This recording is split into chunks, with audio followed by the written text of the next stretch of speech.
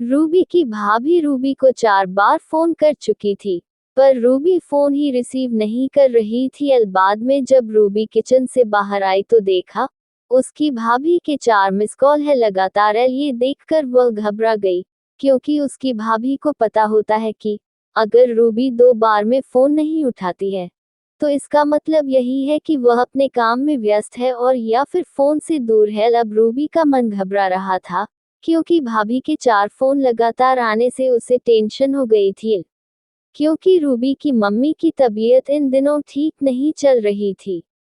अभी 2 दिन पहले ही रूबी अपनी मम्मी से मायके में मिलकर आई थी, फिर भी रूबी ने हिम्मत करते हुए अपनी भाभी को फोन लगाया और फोन जैसे ही भाभी ने उठाया तो रूबी को रोते हुए कहा, दीदी, मम्मी जी हमें छोड़कर चली गई है। रात को अच्छे से सोई थी, सुबह आपके भैया और मैंने खूब उठाने की कोशिश की पर वह नहीं उठी। तब हमने डॉक्टर साहब को बुलाया, फिर उन्होंने मम्मी को देखा और कहा कि अब ये नहीं रही। दीदी आप जल्दी से घर आ जाओ। इतना सुनते ही रूबी की आंखों से आंसू बहने लगे। पापा तो पहले ही उसे छोड़कर जा चुके थे और अब उसकी माँ भी नहीं रही। रूबी तो बिल्कुल बेहाल हो चुकी थी। अब रूबी ने रोते रोते यह बात सक्षम उसके पति को बताई तो सक्षम ने उसे संभाला और उसे जल्दी से कार में बिठाकर मायके ले गया। रूबी जैसे ही अपने घर पहुंची तो अपनी मां के शरीर को देखकर उससे लिपट गई और खूब रोई। आखिर में सक्षम ने उसे किसी तरह समझाया और मां का अंतिम संस्कार किया।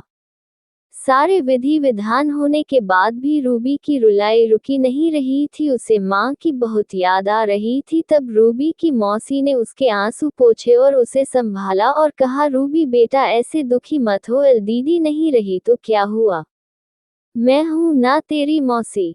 मेरा घर भी तेरा मायका है, तेरा जब मन करे तब आ जाना अपनी मौसी के पास। वैसे कहते भी तो है ना मौसी मतलब माँ जैसी। बेटी मैं तेरा दर्द समझ सकती हूँ, क्योंकि तेरे पापा तो पहले ही तुझे छोड़कर जा चुके हैं और आज दीदी भी चली गई। कहते हैं ना कि माँ के जाने के बाद तो लड़कियों का मायका ही छूट जाता है।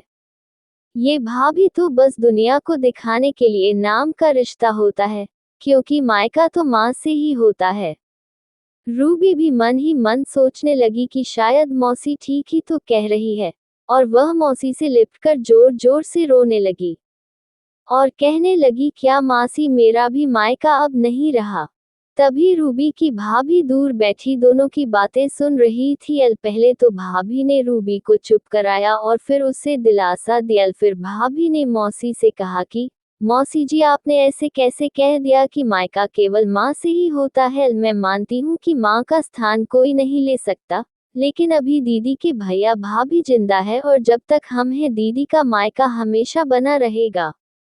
मैं पूरी कोशिश करूंगी दीदी को मम्मी जी की तरह प्यार और सम्मान देने की, और दीदी जब चाहे तब यहाँ आ सकती है। ये घर कल भी उनका था, आज भी है और कल भी रहेगा।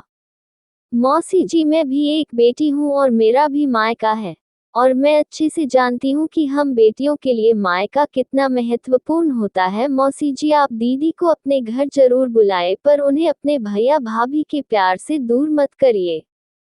तभी मौसी ने कहा, बहू आज के जमाने में तेरी जैसी सोच रखने वाली भाभी बहुत कम मिलती है। मुझे माफ कर दे, मैंने रूबी को गलत राह दिखाया। तभी रूबी अपनी भाभी के गले लग गई और बोली, भाभी आज आपने मुझे विश्वास दिला दिया कि भाभी भी माँ के समान होती है, और मैं संतुष्ट हूँ कि जब तक आप और भैया हो मेरा मायका सदा बना रहेगा। और किसी ने कहा है ना कि भाभी माँ के समान होती है। आज आपने मुझे इस बात का विश्वास भी दिला दिया है। दोस्तों जरूर बताएगा कहानी कैसी लगी, और अच्छी लगी तो जरूर लाइक करें।